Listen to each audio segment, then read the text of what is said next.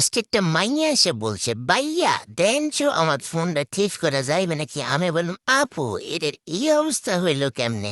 আপুটা বলতেছে, ভাইয়া আর বলেন না, সারাদিন শয়তান বয়ফ্রেন্ডের সাথে ঘোরাফেরা করে সন্ধ্যার একটু আগে বাসায় গেছি।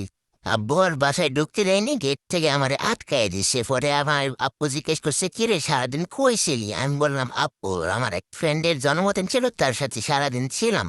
তো পরে বলছে, ঠিক আছে তাহলে তোর ফ্রেন্ডে কল দে।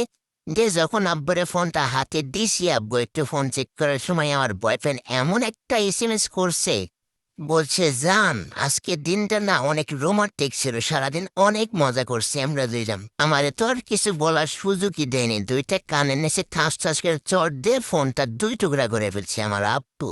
পরে তার আম্মুরে নিয়ে এসে কইলো, পাইয়া একটু কম সম করে ফোনটা ঠিক করে দেন, ফোনটার মধ্যে আমার অনেক পার্সোনাল ডকুমেন্ট আছে। আমি বললাম, আপু আপনি 20 মিনিট দাঁড়ান, আমি কাজটা করে দিচ্ছি।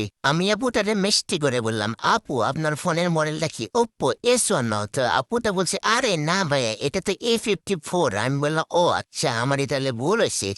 S1 আর A54 বুঝে আলাদা আলাদা, এটা আমার জানা ছিল। আমি আপুটাতে বললাম, আপু আপনার আম্মু যেহেতু আমার পার্সোনাল কাস্টমার, ওই জন্য আপনার জন্য অফার প্রাইস ডিসপ্লের খরচ আপনার জন্য 1400 টাকা লাগবে অনলি। তো আপুটা বলছে, ভাইয়া তাহলে কাজটা করেন, আর আমার মোবাইলটা যেন একটু চকচকে ফাঁক পড়ে দিয়ে সে কাজটা করেন। তাহলে আপুটারে বললাম, আপু তাহলে আপনি ব্যাকসেল সহ ফুল বডিটা চেঞ্জ করলেন। তো আপুটা বলছে, ওইটার খরচ আবার কয় টাকা লাগবে? আমি বললাম, আপু ওইটার খরচ অনলি 400 টাকা। তো বলছে, ভাইয়া আমার ফোনটা যেন একটু চকচক করে তাহলে হবে, আপনি কাজটা করেন, সমস্যা নেই, সবই করেন, আমি আপনার টাকাটা দিব।